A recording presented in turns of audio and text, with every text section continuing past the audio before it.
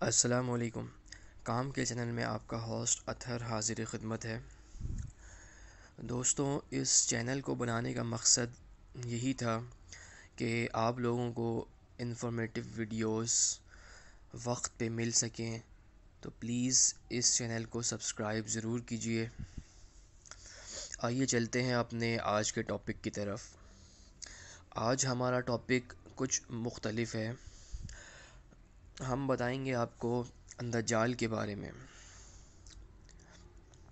دجال یہ وہ سوال ہے جو اکثر لوگوں کے ذہن میں اٹھتا ہے کہ یہ شخص کون ہے، یہ کوئی شخص ہے یا یہ کسی نظام کا نام ہے۔ بہت سے لوگ کہتے ہیں کہ امریکہ یہ دجال ہے، کیونکہ امریکہ کا قومی نشان گدھا ہے، اور ڈالر پہ بھی ایک آنکھ قسم کی بنی ہوئی ہے۔ تو بعض لوگوں کا یہ خیال ہے کہ امریکہ یہ دجال ہے۔ تو سب سے پہلے تو یہ سمجھ لیجئے کہ حدیث پاک کے مطابق، کیونکہ ہمارے پاس حدیث پاک ہی سب سے بڑی سورس ہے، اور حدیث سے بڑھ کے ہمارے لیے، ہم مسلمانوں کے لیے کوئی چیز نہیں ہو سکتی۔ حدیث اور قرآن سے بڑھ کے کوئی چیز نہیں ہو سکتی۔ تو حدیث میں اس شخص کے بارے میں بتایا گیا ہے، اور پتہ یہ چلتا ہے کہ یہ کسی نظام کا نام نہیں، بلکہ یہ ایک شخص متعین ہے، یعنی ایک مخصوص شخص ہے جو کہ ایک وقت مقررہ پر ظاہر ہوگا۔ دجال یہ عربی زبان کا لفظ ہے۔ دجال دجل سے بنا ہے۔ دجل عربی میں بولتے ہیں ملمہ سازی کرنا، یعنی ملمہ سازی کرنا آسان الفاظ میں سمجھ لیجئے کہ گویا فریب کاری کرنا، یا جس طرح ایک آرٹیفیشل کسی زیور کے اوپر سونے کا پانی چڑھا دیا جاتا ہے تو لوگوں کو یہ گمان ہونے لگتا ہے کہ یہ کوئی سونے کی بنی ہوئی چیز ہے، تو ملمہ سازی اسی کو کہتے ہیں۔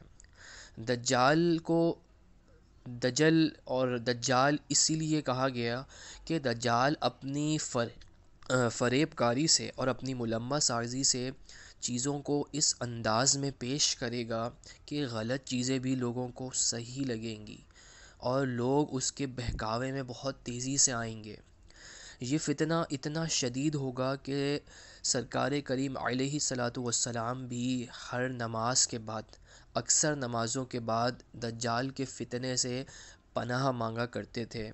حدیث کے الفاظ ہیں کہ وَأَعُوذُ بِكَ مِن فِتْنَةِ الْمَسِيحِ الدَّجَّالِ، اور اے اللہ میں تیری پناہ مانگتا ہوں مسیح دجال کے فتنے سے۔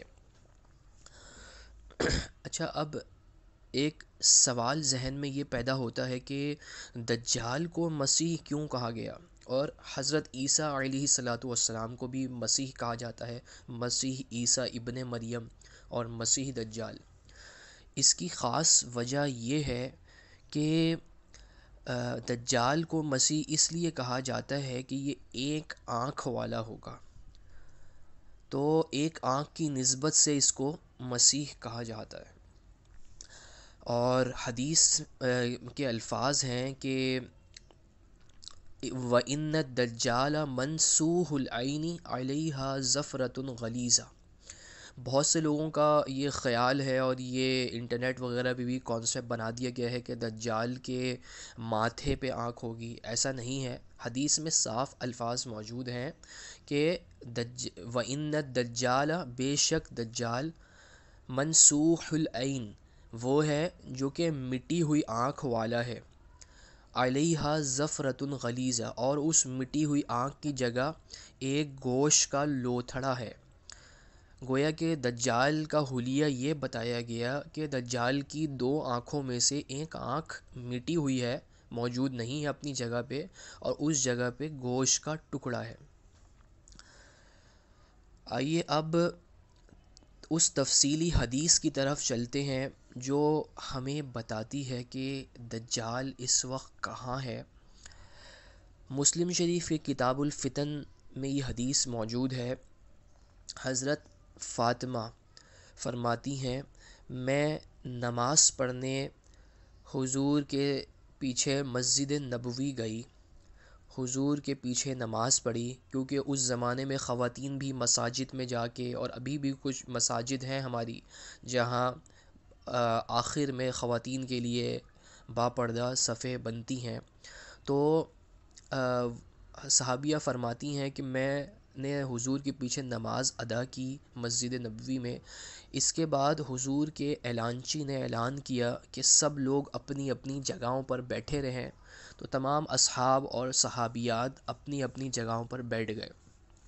اس کے بعد حضور منبر شریف پہ جلوہ فرما ہوئے اور آپ مسکرا رہے تھے. مسکراتے ہوئے اور پیارے انداز میں سرکار کریم علیہ الصلاۃ والسلام نے تمام صحابہ اور صحابیات کو مخاطب کر کے ارشاد فرمایا کہ آپ لوگ جانتے ہیں ہم نے آپ کو کیوں جمع کیا ہے؟ صحابہ فرماتے ہیں اے اللہ کے نبی، اللہ اور اس کا رسول بہتر جانتا ہے. حضور نے فرمایا بے شک نہ تو میں نے تمہیں کسی چیز کا شوق دلانے کے لیے جمع کیا ہے، مطلب نہ تو میں نے تمہیں جہاد کا شوق دلانے کے لیے یا جہاد کرنے کے حوالے سے کچھ بات کرنے کے لیے یہاں جمع کیا ہے، نہ کسی چیز کا خوف دلانے کے لیے یہاں جمع کیا ہے، مطلب کہ نہ تو جہنم کا خوف دلانے کے لیے جمع کیا ہے، بلکہ میں نے تمہیں یہ بتانے کے لیے جمع کیا ہے کہ تمیم داری جو کہ عیسائی راہب تھا، اس نے اسلام قبول کر لیا ہے. وہ میرے پاس آیا، میرے ہاتھ پہ اسلام قبول کیا، اور تمیم داری نے مجھے ایک ایسا واقعہ بتایا جو ان چیزوں سے تعلق رکھتا ہے جو میں تمہیں اکثر بتایا کرتا ہوں. تمیم داری نے مجھے بتایا کہ وہ لخت اور جذام کے قبیلے کے 30 افراد کے ہمراہ بحری سفر پہ تھا. سمندری سفر کے دوران یہ لوگ راستہ بھول گئے. تمیم داری فرماتے ہیں ہم لوگ 1 ماہ تک سمندر میں بھٹکتے رہے. 1 ماہ گزرنے کے بعد ہمارے پاس ہمیں ایک کنارہ دکھائی دیا. ہم اس کنارے کی طرف چل دیے اور ہم نے اپنی کشتی کنارے کے ساتھ لگا دی. تمیم داری بولتے ہیں ہم جب کشتی سے اترے تو وہاں ایک عجیب و غریب قسم کا جانور نظر آیا جس پہ بالوں کی اتنی کثرت تھی جس کی وجہ سے پتہ نہیں چلتا تھا کہ اس کا سر کہاں پر ہے اور اس کا دھڑ کہاں پر ہے. وہ جانور تھا یا انسان تھا اللہ تعالیٰ ہی بہتر جانتا ہے. تمیم داری فرماتے ہیں ہم نے اس سے پوچھا کہ تو کون ہے؟ تو آواز آئی میں جساسہ ہوں. حدیث کے الفاظ ہیں، حضور فرما رہے ہیں تمیم داری کے وہ واقعہ حضور ذکر فرما رہے ہیں منبر شریف پہ کھڑے ہو کے کہ تمیم داری فرماتے ہیں ہم نے اس سے پوچھا تو کون ہے؟ وہ کہتا ہے کہ میں جساسہ ہوں اور اس گھر کی طرف جاؤ، وہاں ایک شخص ہے جو تم سے تمہاری خبریں سننے کا بڑا مشتاق ہے. تمیم داری کہتے ہیں میں اور میرے قبیلے کے افراد ڈرتے ہوئے اس گھر کی طرف چل دیے. جب گھر کے دروازے پہ پہنچے اور دہلیز سے ہم نے اندر قدم رکھا تو ہمیں سامنے ایک شخص بیٹھا ہوا نظر آیا. تمیم داری نے اس کا حلیہ یہ بتایا، آپ فرماتے ہیں کہ وہ موٹا اور بھاری بھرکم شخص تھا، بال اس کے گھنگریالے تھے اور اس کے ہاتھوں کو اور گھٹنوں کو زنجیروں سے جکڑا ہوا تھا. ہم نے اس سے پوچھا کہ تو کون ہے؟ تو وہ شخص کہتا ہے کہ میرے بارے میں تمہیں جلد پتہ چل جائے گا، تم یہ بتاؤ تم کون ہو؟ تمیم داری فرماتے ہیں کہ ہم نے اس کو بتایا کہ ہم جزیرہ عرب سے آئے ہیں اور راستہ بھٹک گئے ہیں. یہ سنتے ہی وہ شخص پوچھتا ہے یہ بتاؤ کہ کیا محمد صلی اللہ علیہ وسلم نے اسلام کی تبلیغ اسٹارٹ کر دی ہے؟ تمیم داری فرماتے ہیں ہاں، محمد صلی اللہ علیہ وسلم نے اسلام کی تبلیغ شروع کر دی ہے. پھر وہ شخص پوچھتا ہے کہ یہ بتاؤ کیا آس پاس کے عربوں نے محمد سے جنگ کی ہے؟ تو تمیم داری فرماتے ہیں ہاں، آس پاس کے عربوں نے محمد سے جنگ کی ہے اور محمد ان سب پہ غالب آ گئے ہیں، اور ان سب لوگوں نے محمد صلی اللہ علیہ وسلم کی اطاعت قبول کر لی ہے۔ اس کے بعد وہ شخص کہتا ہے کہ ان عربوں کے لیے یہی بہتر تھا کہ وہ محمد کی اطاعت قبول کر لیں۔ اس کے بعد وہ شخص پوچھتا ہے کہ اخبرونی عن بحر طبریہ، مجھے بحر طبریہ کے بارے میں بتاؤ کہ کیا اس میں پانی ہے؟ تو تمیم داری فرماتے ہیں ہم نے اس کو بتایا کہ ہاں، بحر طبریہ میں پانی ہے اور لوگ اس سے اپنی کھیتیاں سیراب کرتے ہیں۔ اب بحر طبریہ یہ کہاں پر ہے؟ بحر طبریہ یہ اسرائیل کی مشرقی سرحد اردن کے پاس لگتا ہے،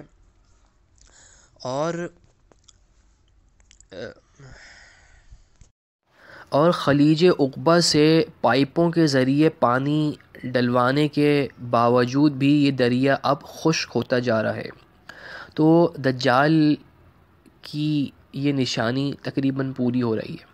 اس کے بعد وہ شخص پوچھتا ہے کہ اخبرونی عن نخل بیسان هل یثمر، مجھے بیسان کے نخلستان کے بارے میں بتاؤ، کیا اس نخلستان کے کھجور کے درختوں پہ اب پھل آتے ہیں؟ تمیم داری فرماتے ہیں کہ ہاں، اس پہ پھل آتے ہیں۔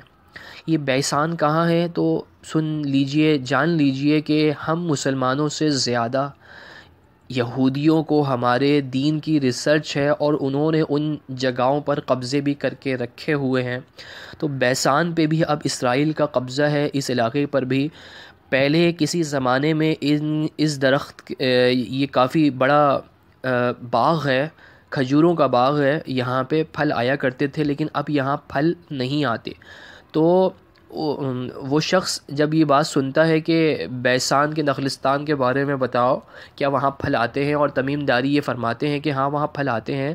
تو اس شخص نے ایک اور بات بولی، وہ بولتا ہے کہ ایک وقت آئے گا کہ جب اس درخت کے پھلوں پہ، اس درخت پر پھل نہیں آئیں گے۔ تو اب اس بیسان کے نخلستان میں درختوں پر پھل نہیں آتے، تو اس شخص کی یہ دوسری نشانی بھی تقریباً پوری پوری ہو گئی ہے۔ تیسرا وہ پوچھتا ہے کہ اخبرونی عن عین زہر کے الفاظ ہیں، تو کہ مجھے عین زہر کے بارے میں بتاؤ، زہر کے کنویں کے بارے میں بتاؤ۔ اچھا، زہر کا کنواں یہ کہاں ہے؟ یہ بھی اسرائیل اور اردن کی سرحد وغیرہ کی طرف ہی یہ کنواں لگتا ہے۔ اور وہ شخص پوچھتا ہے کہ کیا اس کنویں کے پانی سے لوگ اپنی کھیتیاں سیراب کرتے ہیں؟ تمیم داری فرماتے ہیں ہاں، اس کنویں کے پانی سے لوگ اپنی کھیتیاں سیراب کرتے ہیں۔ تو وہ شخص کہتا ہے کہ ایک وقت آئے گا کہ جب یہ کنواں خشک ہو جائے گا۔ اب جیسا کہ میں نے آپ کو بتایا، یہ کنواں بھی اسرائیل اور اردن کی سرحد کے پاس ہی لگتا ہے، اور اس جگہ پر بھی اسرائیل کا قبضہ ہے۔ اس جگہ کو، اس کنویں کو عین زہر اس لیے کہا جاتا ہے کہ لوط علیہ السلام کی ایک بیٹی جن کا نام زہر تھا، ان کو بعد از وفات اس کنویں کے پاس دفن کیا گیا تھا، روایتوں میں یہی آتا ہے، اور اسی لیے اس کنویں کا نام عین زہر یعنی زہر کا کنواں پڑ گیا۔ اس شخص نے جو کہا تھا کہ یہ کنواں خشک ہو جائے گا، تو بہرحال ابھی اس کنویں میں پانی موجود ہے اور یہ کنواں خشک نہیں ہوا۔ یہ سب باتیں کہنے کے بعد وہ شخص کہتا ہے کہ میں اب تمہیں اپنے بارے میں بتاتا ہوں کہ میں کون ہوں۔ وہ شخص تمیم داری کو اور ان کے قبیلے والوں کو بتاتا ہے کہ میں دجال ہوں اور ایک وقت مقررہ پر میرا ظہور ہوگا۔ یہ حدیث حضور نے منبر پہ کھڑے ہوئے تمام اصحاب کو بیان فرما دی، یہ واقعہ بیان فرما دیا۔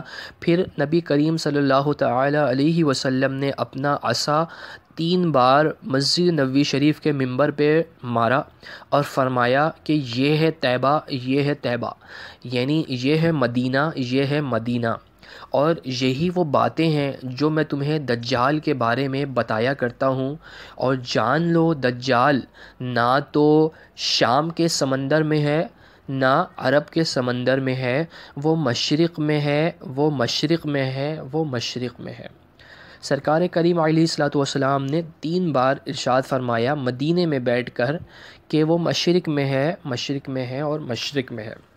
تو اگر مدینے میں بیٹھ کر مشرقی سمت کا تعین کیا جائے اور دیکھا جائے کہ میپس وغیرہ پہ آج کل میپس موجود ہیں کہ مدینے میں بیٹھ کر مشرقی سمت کون سے اہم علاقے لگتے ہیں، تو سب سے پہلے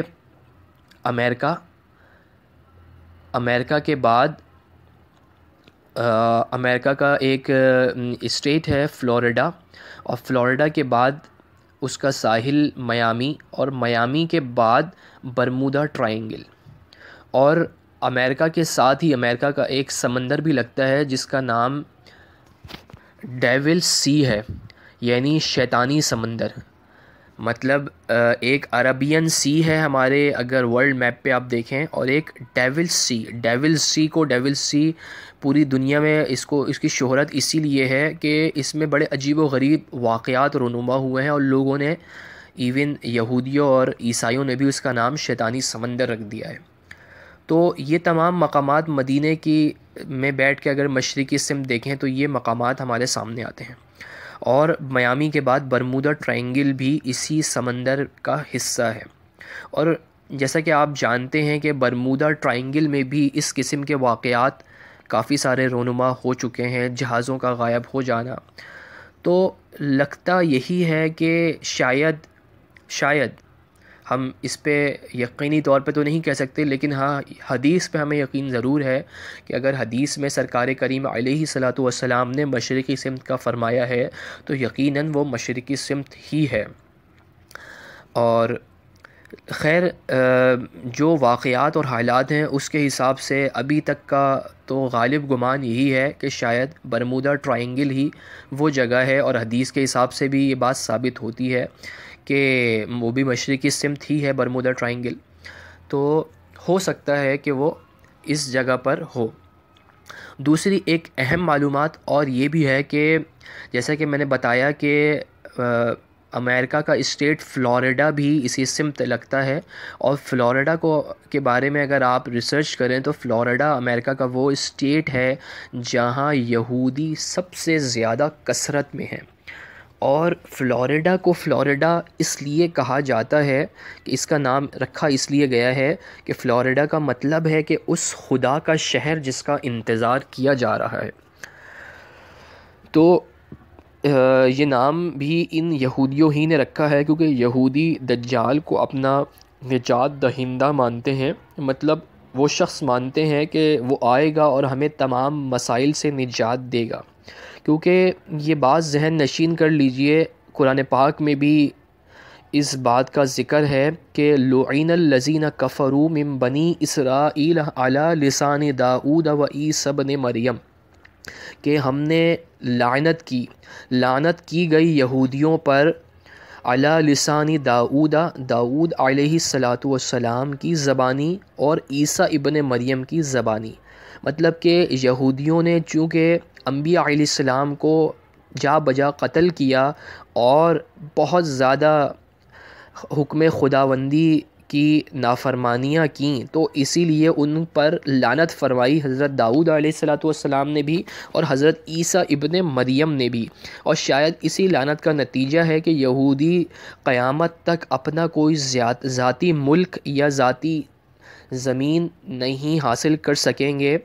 اور جیسا کہ آپ کو پتہ ہے کہ اسرائیل بھی ایک مقبوضہ قبضے کی جگہ پہ فلسطین کے ٹکڑے پہ بنایا گیا ہے جو کہ ان کا ذاتی ملک نہیں ہے۔ تو یہودی اس کو اپنا نجات دہندہ مانتے ہیں اور کہتے ہیں کہ یہ جب آئے گا ہمیں تمام مسائل سے، تمام مصائب سے نجات دے گا۔ اور جیسا کہ حدیث میں آتا ہے کہ پھر عیسیٰ ابن مریم آ کے دجال کو قتل کریں گے۔ اس پہ بھی انشاءاللہ تعالیٰ ایک تفصیلی بیان بالکل ہم ریکارڈ کریں گے اور بتائیں گے کہ عیسیٰ ابن مریم کہاں آئیں گے اور کس طرح سے دجال کو قتل کریں گے اور کیا واقعات ہوں گے، اور حدیث میں اس بارے میں کیا آیا ہے۔ ابھی تک کے لیے بس اتنا ہی۔